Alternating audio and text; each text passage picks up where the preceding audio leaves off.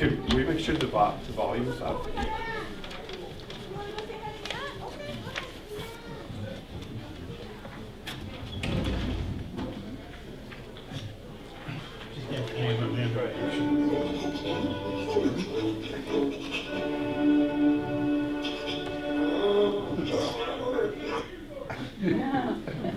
Now let's start with the words everyone loves to hear. Welcome to Bible study. Today my ribbon's smack dab in the middle of Matthew 23. Now let us download the holy tweet of the Lord. Duly noted, but we will make sure not to dilute the sacred gospel. Mouse pad, double click, Skype. Matthew 23. Then spake Jesus to the multitude and to his disciples, saying, "Hey, my bathing suit came off."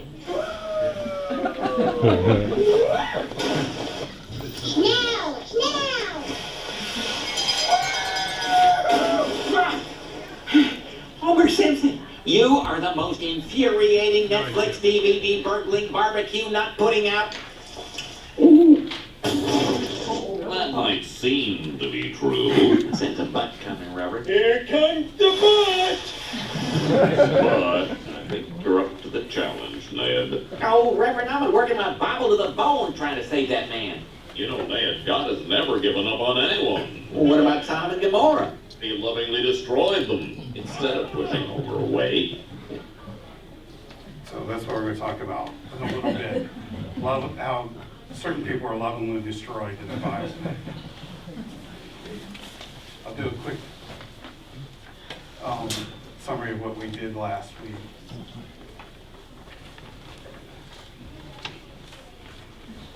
Did everybody get the handouts? Or if you didn't, they're over there. I think we're out of this week's, but if you want some from last week. So this is an issue that's been of interest to me for a long time. And it's been of interest to me most recently because of the immigration debate and how both sides have used the Bible to try to defend their positions. Before we get to that, just a couple of things. Inclusion isn't always a good thing, and exclusion isn't always a bad thing.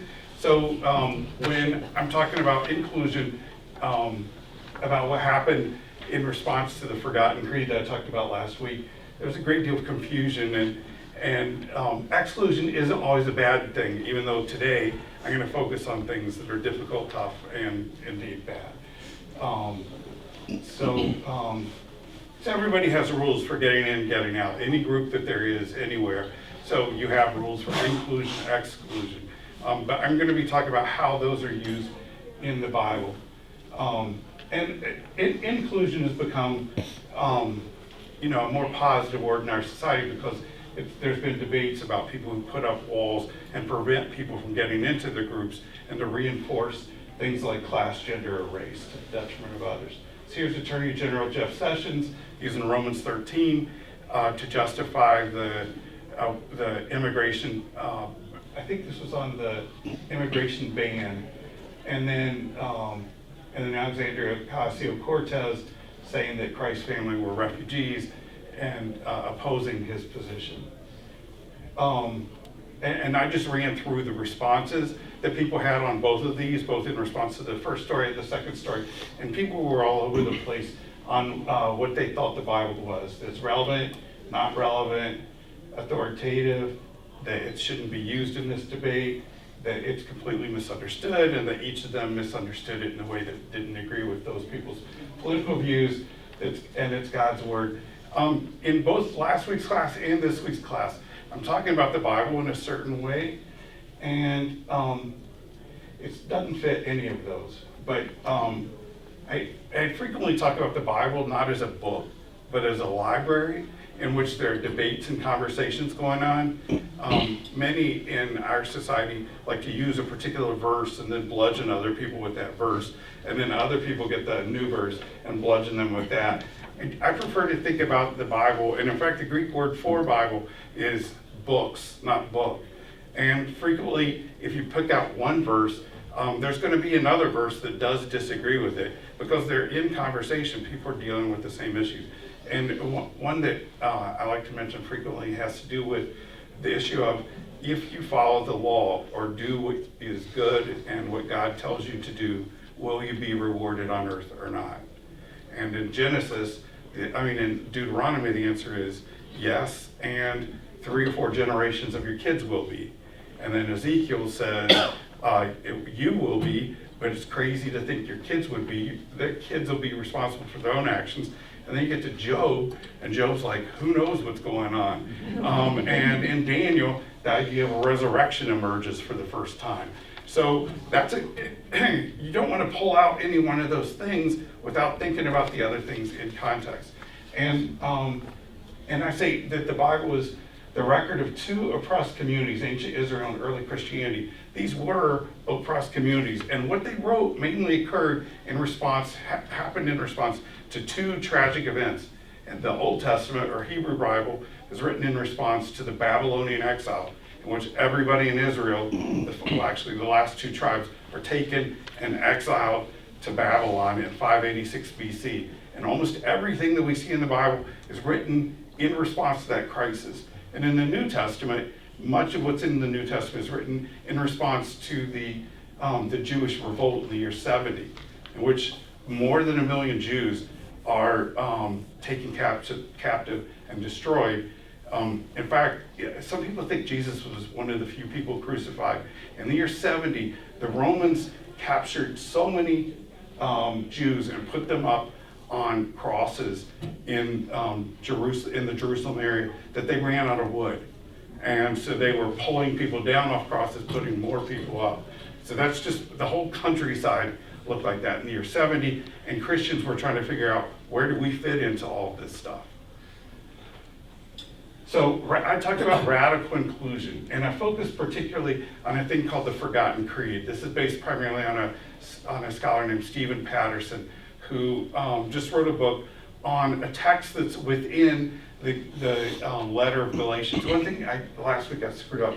We were talking about the 7 letters that Paul wrote, that we know that he wrote. And I could only come up with 6 last week, but I could do all 7. There are 13 letters with his name on them, and we definitely know he didn't write like 1st and 2nd Timothy, because much of it contradicts what he's written in his. But he wrote Romans, 1st and 2nd Corinthians, Galatians, Philippians, Philemon, and 1st Thessalonians. And it was very common in older times for someone to write as a disciple of someone to use their name. But here's the Forgotten Creed. It's buried in Galatians 3. And if you got the handout from last week, you can see what exactly Paul says and then how they strip away, because Paul added a few things to it. But this is the creed that it was said at baptism. You are all children of God. There is no Jew or Greek. There is no slave or free. There is no male and female, for you are all one. So a pretty radical statement. And I left you last week with a few questions about it. But the funny thing is, this is actually, it just didn't come out of people's heads. It's in reaction to a cliche or a proverb that people said. Particularly, Socrates is apparently the first one who said something like this. It says, I thank the fates every day that I was born a Greek, not a barbarian, free, not a slave, and a man, not a woman. And then I asked, where would this creed come from? Because we have no record of Jesus either in the canonical Gospels or the non-canonical Gospels saying anything like this creed. And it's my belief that the creed came not from something that he said, but from what he did. That he had this thing where he invited everybody to come and eat with him. It was very radical at the time. He had prostitutes, tax collectors, and a number of people like that eating with him, and his healing. His healing work, he reached out to the poorest of the poor, and he broke down barriers between people. So that's where I think it came from. And there was strong reactions to the creed in the early church. And in 1 Corinthians, we have men doing things that men generally do, and men doing things that women generally do. And then Paul trying to say, wait a second, I don't think this is what we really intended with all of that.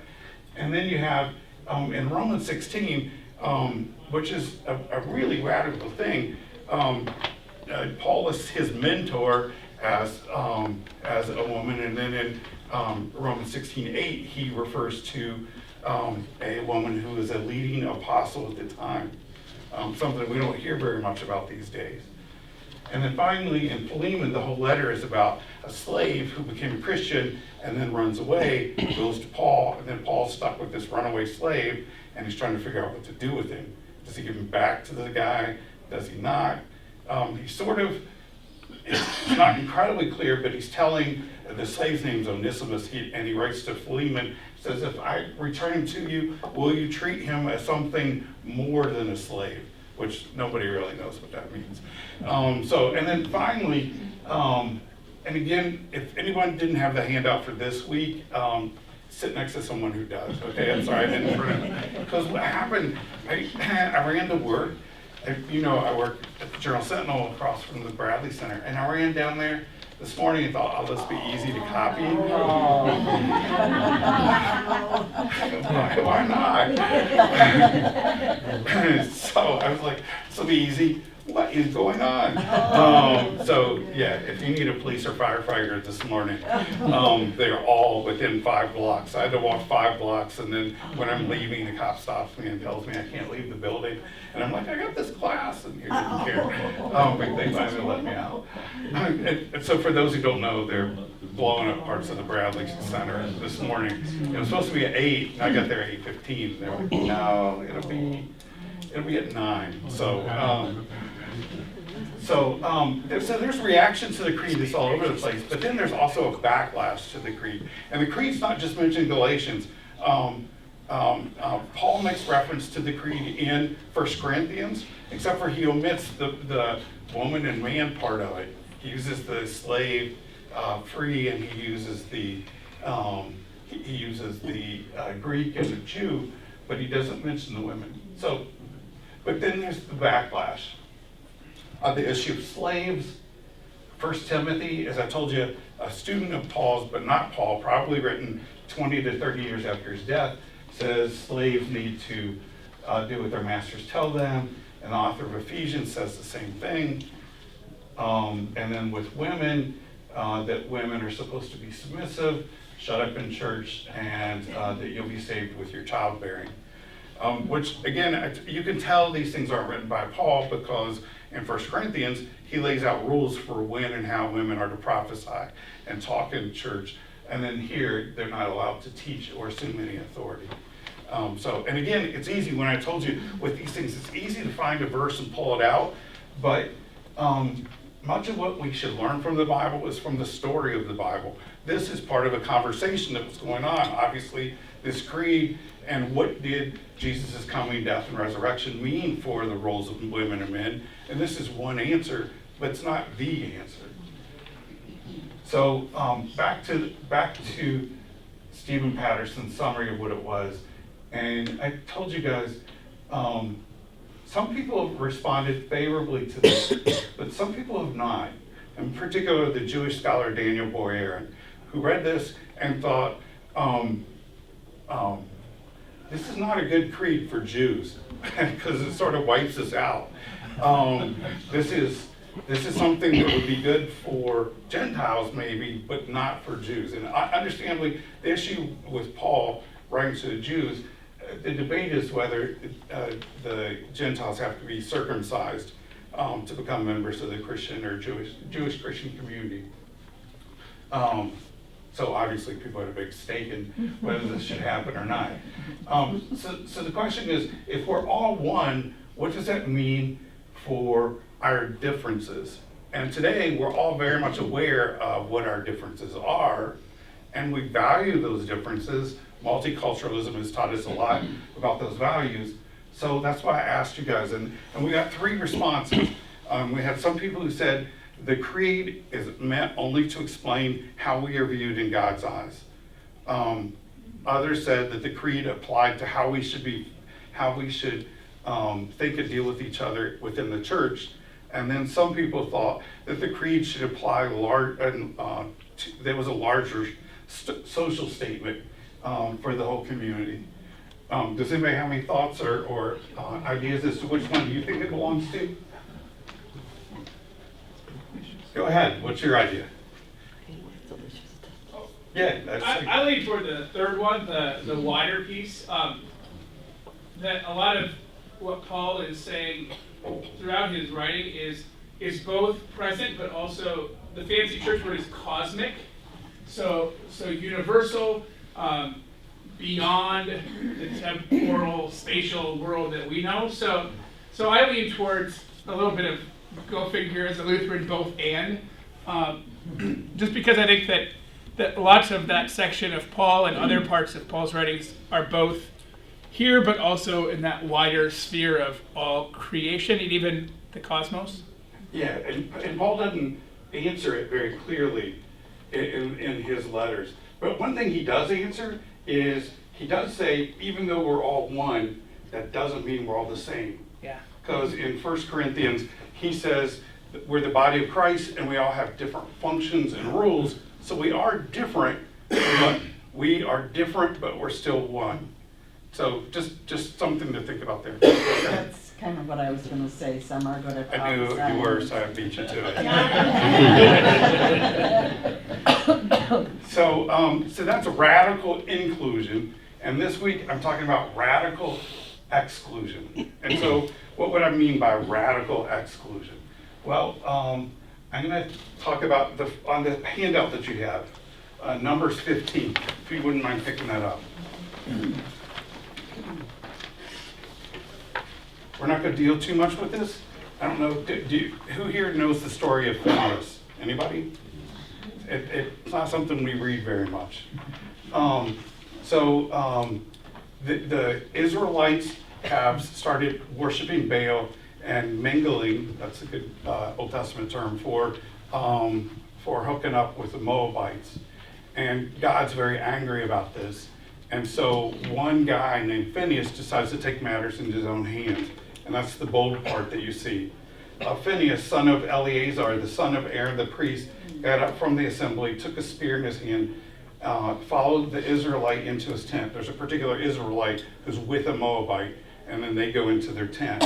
And he drove the spear through both of them, through the Israelite and on through the belly of the woman. And how does God respond to this in this text? Down later you will see in verse 13 that Phineas' descendants are given a permanent priesthood for him and his descendants as a result of this.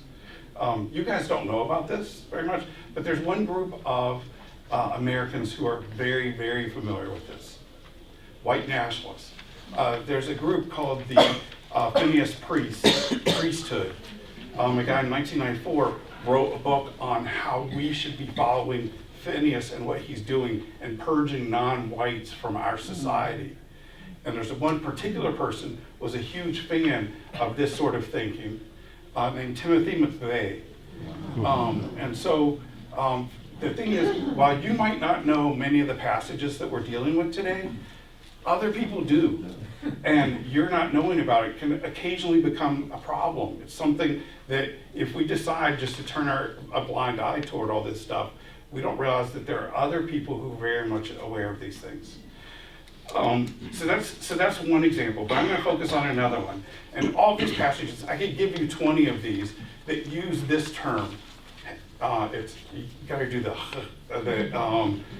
Jews do the herem is what it is. Accents on the second half, and it means utter destruction. It means a bunch of different things, but in these passages, it means utter destruction. And here's a passage for you from Deuteronomy 20. However, in the cities of the nations, the Lord your God has given you as an inheritance. Do not leave anything alive, anything that breathes. Completely destroy, there's the term, them, the Hittites, the Amorites, the Canaanites, the Perizzites, the Hivites, and the Jebusites. Jebusites are the people who controlled Jerusalem, as the Lord your God has commanded you. That's the idea. And it gets applied in a big way in 1 Samuel 15. So if you have the handout, flip it to 1 Samuel 15. Another question that I'm guessing won't get very many responses. How many of you know the story of Saul and the Amalekites? And so, you want to give us a quick summary of what happened? No. Well, I'm not going to read the whole thing. Go ahead. Yeah, as it says in here, he didn't obey this command. He saved the You king. got to help me with their personal pronouns. Who's he? Saul. Saul's king. Saul's the king now. And he said, First king. Yeah. And God's not thrilled about this. If I kill all of these other people and their king, that will put me in jeopardy of being killed by somebody else. If I spare the king, I might be spared myself or something. You should go like into PR. That's the nicest version of the story. The story is God tells him to destroy everything with this people because of something they had done 400 years before. And so, as you see, the first bolding, now go. This is Samuel speaking on behalf of God, and says, "Now go attack the Amalekites and totally destroy all that belongs to them. Do not spare them. Put to death men and women, children and infants, cattle and sheep, camels and donkeys." Oh dear, yeah. So Saul, again, God did not want to let them have kings according to the Old Testament, and Saul's the first one. And so he's sort of working his way through all this stuff. And in verse 8, they attack, they take everything just about. But in verse 8, he took Agag, king of the Amalekites, alive, and all of his people he totally destroyed. There's your term again. So on that part, he did everything with the sword. But Saul and the army spared Agag and the best of the sheep and cattle, the fat calves and lambs, everything that was good. These they were unwilling to destroy completely, but everything that was despised and weak they totally destroyed. So sort of selective genocide. So they kept the good stuff, and there's a story where God allows Moses to destroy everybody in a community, but there are three ways in Deuteronomy that the Israelites are supposed to deal with people when they head into Canaan. And so the first one is they tell the people, surrender, and if they do, then those people go into forced labor for them forever. The second one is, if they put up a fight, you fight them, and you kill all the men, but you keep the women for yourself. And then there's certain groups that God says destroy everything. So, and in this case, the Amalekites is one of those. Well, Saul kept those people, and if you flip the page over, you see Samuel finds out about this. Actually, the funniest bit that cracks me up is verse 14. Cracks me up when you're talking about genocide. I mean, I told you last week, when we're talking about the Bible, I'm very much interested not in what you think the Bible should be, but how you react to reading this stuff. I mean, I hope you're having a reaction to the stuff we read last week about that creed, which I'm guessing none of you knew anything about, or what a baptismal reception. Well, I'm assuming there should be reaction to this stuff too. Verse 14, Samuel comes in, and Saul doesn't really want to say what's going on. And then Samuel says, "What then is this bleating of sheep in my ears? What this lowing of cattle that I hear?" And then Saul immediately blames his soldiers and everybody by himself. And as a result, God punishes him, and he's no longer will be the king, and Saul will be replaced at this point by David, right? So David's going to come in, and David steps onto the stage. So again, not many of you have probably heard of this story before about the Amalekites. Who has? Okay. But lots and lots of people have heard about this story over the last 2,500 years. And again, this story is written probably right around the year 500 BC. So the people involved in writing this, they've just been removed by the Babylonians from their own land, lots of them killed, destroyed, and they've been moved out of their home. It's not quite probably gotten to the point where they're allowed to return to their own land. So I'll give you an example here. John Winthrop, when he comes to America, not very fond of the Indians. He says to his people, when God gave Saul a commission to destroy Amalek, he failed in one of the least commandments. It lost him the kingdom, which should have been his reward. And in the sermon, he's basically saying, you guys don't do what he did. We're wiping out everything here. And he's not the only one who's been using the Amalekites again and again and again. Here are groups, nations, and I didn't get the word individuals, who used the Amalekites repeatedly. Early Christians used it to refer to Romans. Ancient Roman converts who were close to leadership used it to attack pagans. Crusaders used it to justify attacking the Muslims. Martin Luther used it against the Pope, against Jews, against Catholics, and just about anything he didn't like. John Calvin, very harsh and very supportive of going to war against people that he didn't think were okay. Cotton Mather, again, in his treatment of Indians when he got here, and arguing that colonial people should be attacking Indians. Oliver Cromwell, one group that's repeatedly been hit and accused of being Amalekites are Catholics. Protestants in Europe have used this again and again and again. Oliver Cromwell in the 1640s, there's in the 1600s, a lot of religious wars going on, especially in England, and you can find material by people on both sides accusing each other of being Amalekites. Supporters of Manifest Destiny have said it's our responsibility to head out, just like Joshua did with the Canaanites, and to clear the land for ourselves and for our God. British imperialists, you can find lots of writing starting in the 1800s by people in England saying that people from India are, that they're terrible people, they're religious, but that they're following demon gods, and that we need to go after them and eliminate them. Nazi supporters use it against Jews, even though the Nazis, the leadership themselves are not highly religious. Many of the supporters were Lutherans and Catholics who are very happy to use this story again. Afrikaners in fighting Zulu tribes, they come into, and not just them, others head into Africa and see it again as this land of Canaan, and that they should be able to come in and to take it over just like everywhere else. And again, they all make references to and identify with being the Israelites.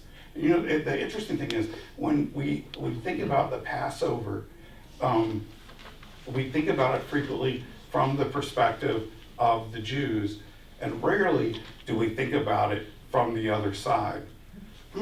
For the Egyptians, what does the story mean about all of the firstborn sons being eliminated? For the Canaanites, what did this mean for them? And then finally, the other question we have to ask is any of this true? But we'll get back to it in a second. And then finally, modern Israelis. They use it repeatedly and frequently. Benjamin Netanyahu likes to refer to anyone he doesn't like as an Amalekite. There's one major, more recent case of extreme genocide where people took the Bible and used it to justify what they were doing. And that's the Hutus. This is from one of the two books, if you're interested in this stuff, that are very helpful in dealing with these issues. I'll show it to you in just a sec. This is a passage in the book. It's a Hutu pastor who preaches on 1 Samuel 7:15. He compared the Tutsis to the Amalekites, knowing that Saul was rejected by God because he failed to exterminate all of the Amalekites. The pastor said, if you don't exterminate the Tutsis, you'll be rejected. No child, no wife, no old man should be left alive. And the people said, Amen. Pretty crazy, but that's, again, if we don't know these things, other people do know these things and are using these things. Here's one that's even more contemporary. And this is a conservative rabbi, Jack Reamer, very strongly anti-Muslim. Islamic fundamentalism is the most dangerous force that we have ever faced and is worthy of the name. Which is a pretty shocking thing, Amalek.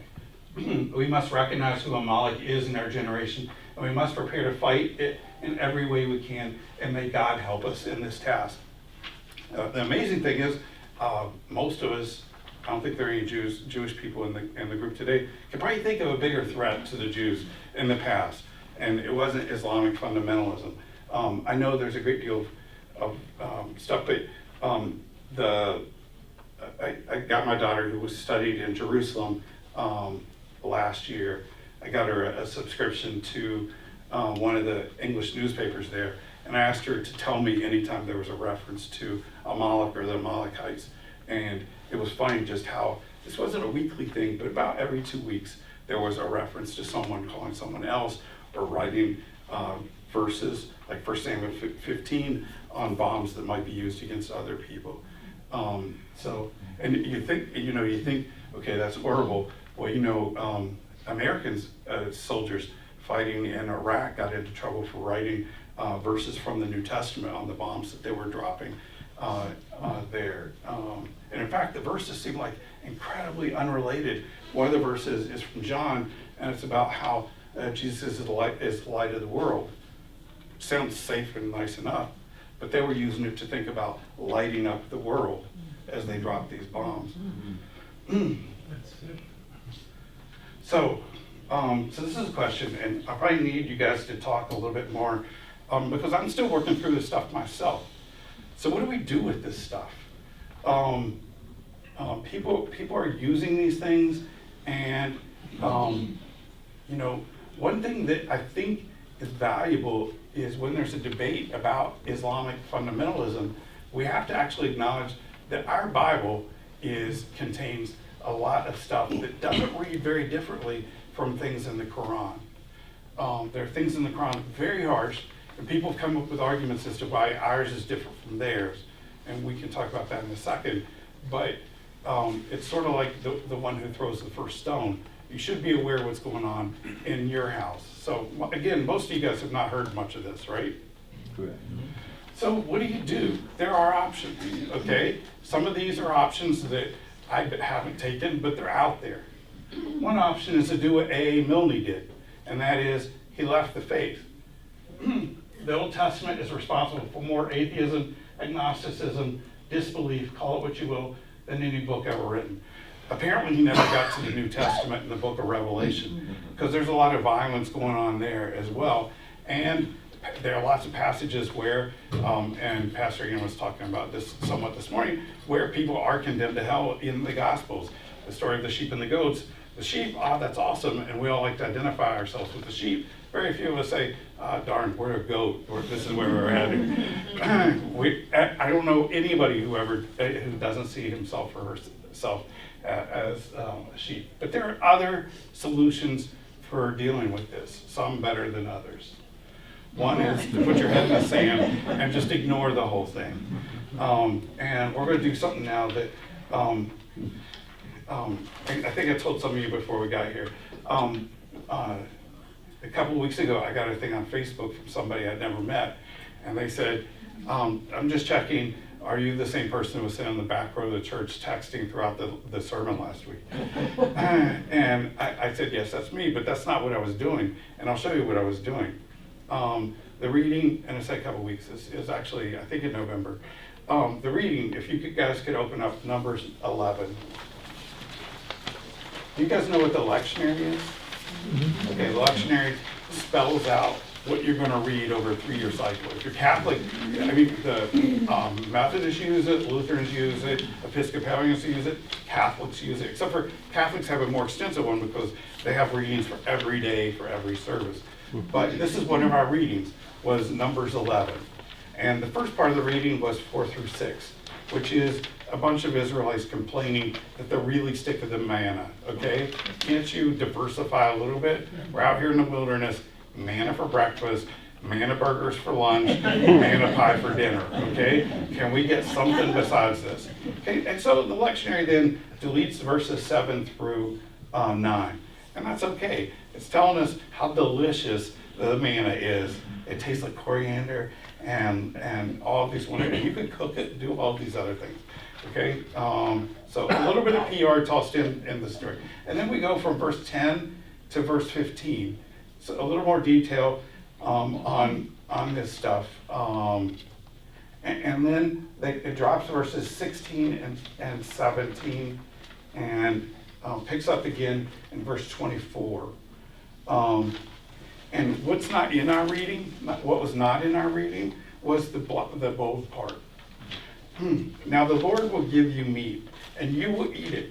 You will not eat it for just 1 day, or 2 days, or 5, or 10, or 20 days, but for a whole month, until it comes out of your nostrils and you loathe it, because you have rejected the Lord who is among you, and have wailed before him, saying, why did we ever leave Egypt? That's like awesome. That part of the story, but it complicates things a whole lot. And I'm guessing there probably wouldn't be too many sermons on that. Though I think there should be sermons on this stuff. I think we should be putting this stuff up against other passages that we're more familiar with. So how's the story resolved? But they didn't actually end up doing that. But still, God was not a happy camper. And verse 31 is not part of the passage. So it was one of the longer readings. So I'm sitting there, and we read the thing aloud, and I'm like, that's not the whole story. So I got my phone and my Bible app, the Olive app, start going through, and I'm like, I gotta find this whole story. So I start reading it, and then when that guy sent me the note saying, were you texting during the thing? I was like, no, I was reading all of Numbers 11. Do you know what's else in there? And then like halfway through, he said, thank you. And I said, I'm not done. There's more to this. So this is the more. Now wind went out from the Lord and drove quail in from the sea. It scattered them up to 2 cubits deep all around the camp, as far as a day's walk in any direction. All that day and night, all the next day, the people went out and gathered quail. No one gathered less than 10 homers. I assume, is that an individual one, I guess? Then they spread them out around the camp. But while the meat was still between their teeth, so it didn't even last 1 day, and before it could be consumed, the anger of the Lord burned against the people, and he struck them with a severe plague. Therefore, the place was named blah, blah, blah, blah, blah, blah. Again, it was interesting that in the lectionary, and the lectionary is a very interesting thing. It does a lot of really good things, but if you go through the entire 3-year cycle, you get a brief reference of Esther, but you don't have the mass execution that happens in there. And again, they don't really want to disturb you on a Sunday morning with some of these passages, but it is in there. And many of these stories from Joshua are not going to appear. And if you want to get a rounder idea and view of our faith, and I'll talk to you in just a minute about ways to do that, you should read Joshua from beginning to end. And I was talking to someone recently who said that they've read the Bible from beginning to end, and it kept on the timeline. If you get to Joshua and you make it through it in a day, then there is something seriously wrong with you, because there's a lot of troubling stuff that occurs in there. There's a lot of interesting stuff, but did you know that there are crucifixions in the Bible before Jesus appears on the scene?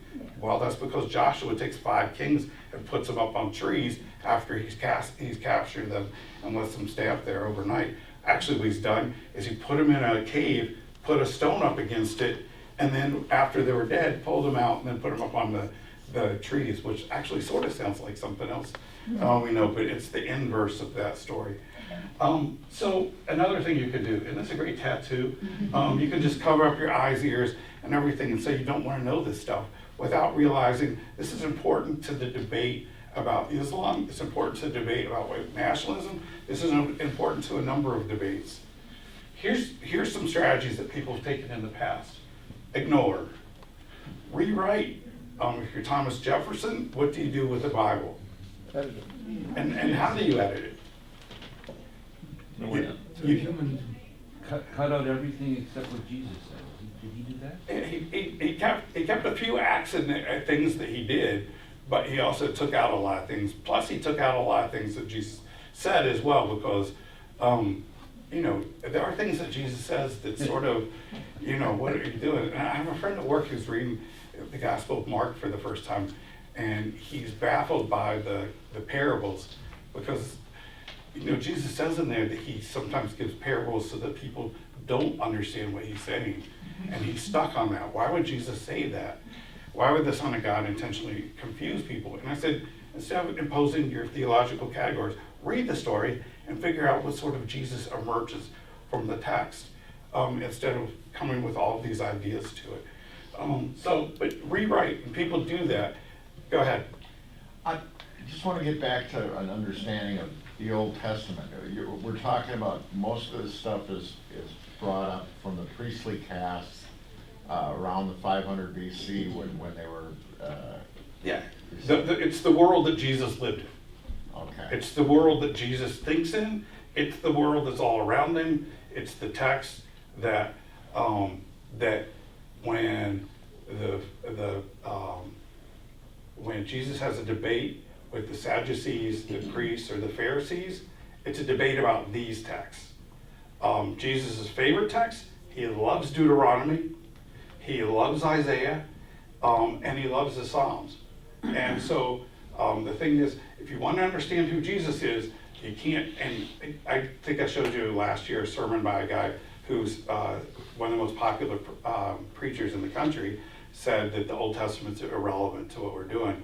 You can't understand who Jesus is without into this stuff. And you can't understand Paul's argument, because Paul's taking this, and I mean, Jesus says in Matthew, who's he come and speak to? He comes and speaks to the lost sheep of Israel. That's it. His intention is not to talk to any Gentiles at any point. And it's Paul who says, my mission is to take this to Gentiles, and it really irritates James, the brother of Jesus, and Peter. So even though we're talking about the Old Testament, first of all, the Old Testament's a terrible name. It should be referred to as the Hebrew Bible, because to them, to Jews, it's not the Old Testament, it's the Bible, and it's the Hebrew Bible. Just like when I'm talking with most people one-on-one, I'll say the Christian Testament, because new is a favorable term in our world. To say one is new or old, and I'm a strong opponent of the idea that the Old Testament is replaced by the New Testament. It's a theological belief that says that supersessionism, the one is superseded by the other. The idea is, to me, that there are two covenants. There's a covenant in the Hebrew Bible that's still in effect today, and there's a covenant in the New Testament that's still in effect today. So, sorry to go off on the tangent. It's something, and another thing that I really, and I'm sorry if I'm reinforcing this, but God is sometimes terrible in the Old Testament and sometimes incredibly merciful. And when you read, and I'm sure no one here has done it, but if you read the Leviticus, you can see how dramatically different Leviticus is from the other law codes that were around at that time. The treatment, a Jewish slave, is a Jewish slave always a Jewish slave? No, 7 years max, and you have to let the person go. The way Jews are taught to treat other people, very different than the way that than other people treated Jews, including Romans. I mean, in Rome, if you've been convicted of a capital offense and you're a citizen of Rome, all you have to do is get one of your slaves, and they end up taking the punishment for you. It's just something that was just what it done. Formal slaves, about 30% of the entire society. Freed slaves and slaves together, freed and about 60% of the population. So the funny thing is, they're really harsh toward, Romans were very harsh toward slaves, but part of that is because they were very much afraid that the slaves would turn at some point. Because there's a lot more of them than there were of the people in power. So in the Old Testament, you have a very merciful God, you have a very just God, you have a very harsh God, you have a very loving God. In the New Testament, you have the same things.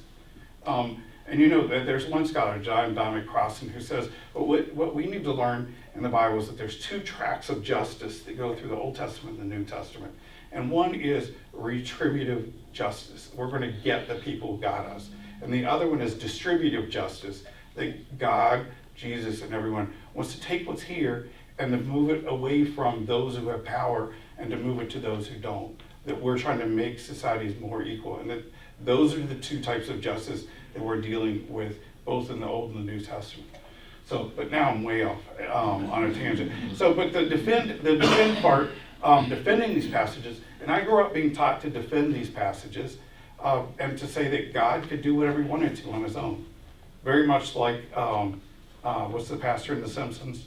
Of Lovejoy. Yeah. Pastor Lovejoy, yeah, I'm sorry, Chris is in, he would know that. Lovejoy, when he said that God lovingly destroyed the people of Sodom and Gomorrah, that's the idea. God knew what he's doing, he could do anything he wants. And then the other thing is to spiritualize. We have a fair number of hymns in which we talk about Canaan and that we should do that. But it's not the Canaanites that we're talking about. We're talking about various issues. And in the early church, people would take these various nations, including the Amalekites, and would say that they're different things, including the five kings who end up being hanged on the trees. The Origen, an early church father, said one was the sense of smell, the other was sense of touch, and he said there were the five senses, and we have to get control of those things by destroying these urges, and that's what the point of the story is all about. What do you think of that? Yeah, it's a common theme, and you know, there are people who take, like the story of Abraham when he's asked to crucify his son, and they treat it as a prefiguration of who Jesus is, which is, you know, again, sort of spiritualizing of that story. So we occasionally do it from time to time, but saying it's these different things is a little bit odd. And then finally, we have ways that we censor it through the lectionary, or there's a group from the late 70s, see if I wrote this down, called Boney M. Does anybody know this band? They had a pop song called By the Rivers of Babylon from Psalms 137. And it's poppy, it's still a pretty good song. It was its #1 song in its day. But they did sort of leave off the last verse of the psalm, which said, "Blessed is he who takes the children of Babylon and bashes their heads against the rocks." Which, as I said, it would be interesting if we had these things and we're, you know, in conversation with it. But it's, you know, it's a harsh thing. C.S. Lewis, we're talking about ways to deal with it. C.S. Lewis, the noted theologian, writer, and stuff, he says that passage is in there to show it's an honest reflection of the emotions of people in response to the evil of war. And again, this is another story that's written right after the Babylonian exile, when many of these people have lost almost all of their relatives, and so forth. So here's my idea about what we should do, and I'd like to hear your ideas about what we should do. They're in there for 3,000 years. People have been reading these passages. Very few people have decided to leave the faith because of these things. It's because we deal with this stuff. We accept it. It's part of what we're doing. And my tendency is to see these things as part of a discussion. Also, well, before I go into it, do you guys have any ideas? How do you deal with it? Go ahead, Connor. I like the idea of Midrash in Judaism. Explain Midrash. That we are to wrestle with these things. And the conversation you had with your colleague about the Gospel of Mark, Yeah. I think is oftentimes our antenna goes up, but there's something odd or unusual or attention that's gaining my attention here, and what is it? And as you wrestle with it, sometimes certain truths fall out of it that you didn't see before you started wrestling with it and discussing it with other people. Okay. What do you guys think of that? It reminds me of, in confirmation a million years ago, I remember hearing that the LCA or ELCA, that the way that we talked about interpreting scripture was kind of like the Midrash. In other words, it was, I remember they said, the pastor said that the position of the Lutheran Church is that the scripture contains the inspired word of God. Right. And he talked a lot about that word contained. Right. Compared to other traditions who have a kind of a more narrow thing. Right. So I'm all in with this Midrash and the contain. And we didn't have a replace, conversation. People say we didn't replace the Pope with a book. The Bible is supposed to lead you to something else. It's not an end in itself. Yeah. Which I grew up in a fundamentalist place. I grew up in a fundamentalist faith, and if there was any problem in the Bible, you just had to give in and say, yeah, this is, God knew what he was doing. He wanted these people destroyed. Yeah. One thing, go ahead. One of the things I remember about confirmation class, and this was Missouri Synod, every time we did a reading. Sorry about that. Yeah, I could tell stories. but one of the things that's just stuck with me, we do a reading and then immediately after is, what does this mean?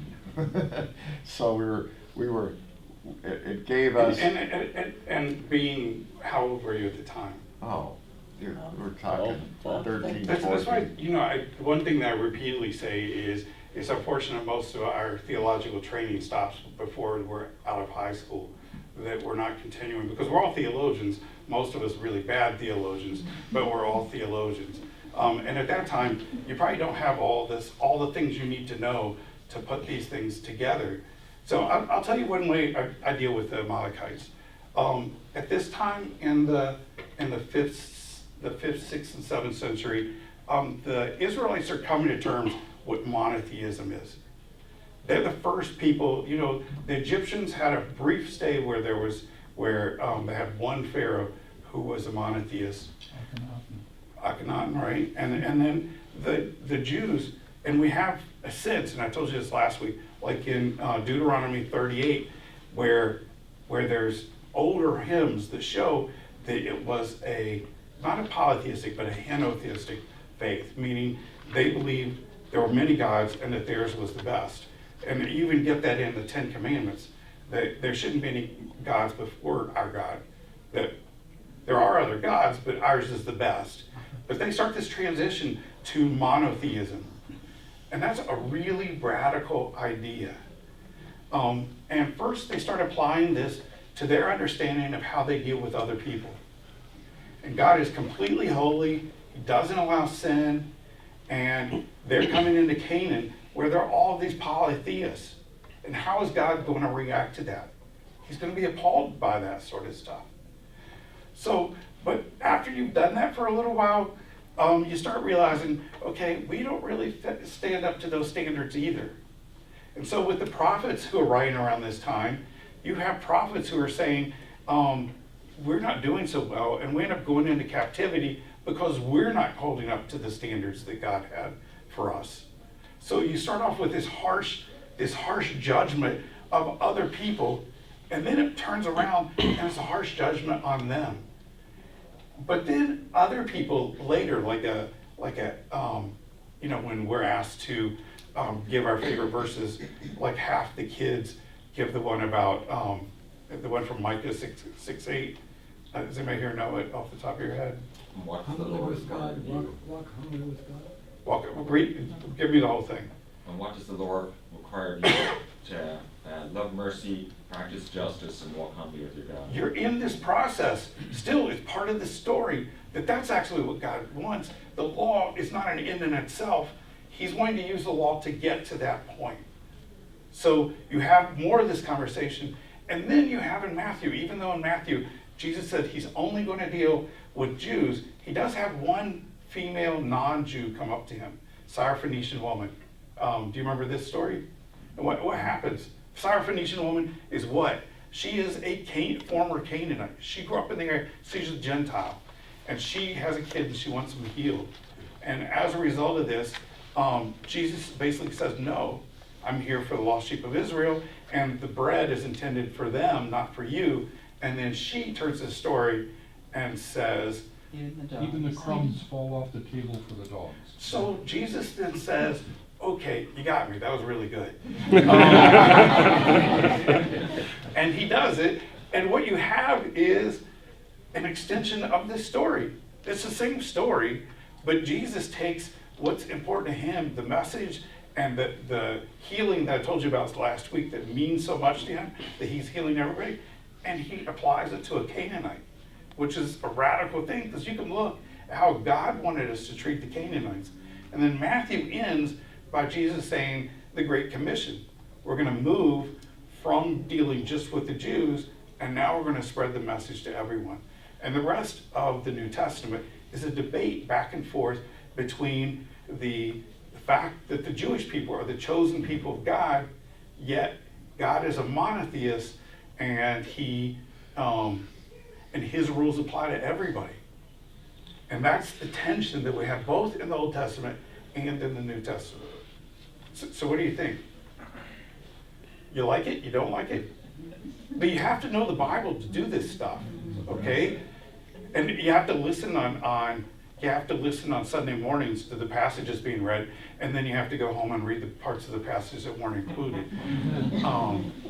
Other ideas. What other ideas do you have for dealing with this stuff? I gave you another one that would be interesting, and it would use your midrash. You could actually write novels this way. And that is to take all of these stories that we have in Joshua, okay? And they're horrible stories in Joshua, and tell them from the ground up, from the perspective of the people who are encountering. They've been hanging out in, we'll take the Philistines. The Philistines, does anyone know where they originally came from? So they're around Greece. They're people who are, do boats and they sail away, and they end up over in Israel. And they end up there, and they're doing pretty much running the show. And then these Israelite groups come in and destroy everything around them. And so the story from their perspective, it's a very weird story if you're writing about David, because David is opposed to you, then he's on your side, and then he's opposed to you again, and he's on your side, and then finally he goes against you. What's that kind of feel like from that perspective? And then finally another way, and we've talked in the past about reading the Bible in various ways, not just in one way. One way that can be overlooked here, and that is to read these stories as whether they're history or not. They're written as history. In fact, these are the first histories ever written. There were annals and chronicles that were around at that time, and that would just be like a list. Joshua was king from this date, then he was replaced by so-and-so. There was this war. Well, the Deuteronomic history is a history. It's a story told using elements from reality. But the question is it right? Is it true? And if it's not historically accurate, why did they tell the stories like that? Because we have two stories of the conquest of Canaan. One is Joshua, and one is Judges. Judges is a much nicer story. The Canaanites would certainly take Judges over Joshua any time. And there are many people who write about these things trying to figure out which one of these two stories are that way. So why did God tell people, if it's not actually true that they ended up committing genocide, why is that in the text to begin with? And then finally, just to wrap up on all of these things, all of us have heard the arguments about Islam and the Quran. And maybe some of you have read the Quran. There's stuff in there that's very favorable toward Christians, or how are we referred to in the Quran? Does anyone remember? We're first referred to as people of the book. People of the book are seen in a very positive way. In certain passages, the Jews are seen in a positive way. Muhammad got along with the Jews who were in the Saudi Arabia area when early in his life and career. But then later as infidels. And Muslims do many of the same things that we've done in the past in dealing with the Bible. Has anyone ever attended a meeting where someone defended jihad but by saying that it's not a military thing? What's the greater jihad? Has anyone ever heard of that? It's a personal battle with yourself, your own personal battle. Trying to get control over yourself, it's a personal battle. It's not a thing. What is that? It's an allegorical reading of their text. Just like people have done allegorical reading of our difficult texts, they've done allegorical readings of their own text. So there are horrible things in the Quran, but there are also good things. And when we're involved in this debate, I think we need to be aware of, and the Sufis have read almost the entire text as allegory. As a result, there are a lot of Muslims who don't like that. But as I was saying, remember when these debates are going on, and they're going to go on and on and on and on, it would be good to know a little bit about what your text says before you start saying things about other people's texts. So, well, the Sufis are the Iranian. There is a group, and there are a couple of people here that are with the Friendship Force, and they have invited people to come to their service where they sit on the floor and have a meal, and then they tell you about their religious. And I asked a lot of them were professors, doctors, and I asked when they got here. Most of them came here in 1979 because they didn't want anything to do with the imams who were wanted to get rid of the suits and go back to the dress that they wore 600 years ago. But they are more than happy to share with you their view, and that they abhor the violence committed in the name of the Holy Prophet Muhammad. So when I ask you, I have one more thing. When I ask you how you respond to the Bible, and I told you, sometimes it's funny, sometimes it's outrageous, sometimes it's provocative, sometimes it's sobering. Here's another passage from Judges that is horrible, but it still makes me laugh. And that is, God sends Joshua to go and to commit certain acts, and as the Gibeonites are fleeing, it's on your back, page 10, Joshua 10. Apparently he didn't think Joshua was doing not a good enough job. So in verse 11, as they're fleeing, God decides to start throwing huge rocks from heaven at the people. And in the end, more people died from the rocks he was throwing from heaven than from the Israelites who were trying to chase him down. I remember reading this like 2 years ago with my daughter. She was like, God is like throwing rocks. And I was like, yeah, there's, that's in the Bible.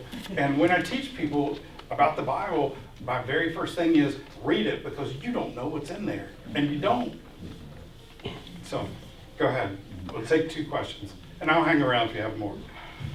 When I was a child in Missouri Synod Church, we were always told, if you have a question about the Bible, you interpret it with other passages from the Bible.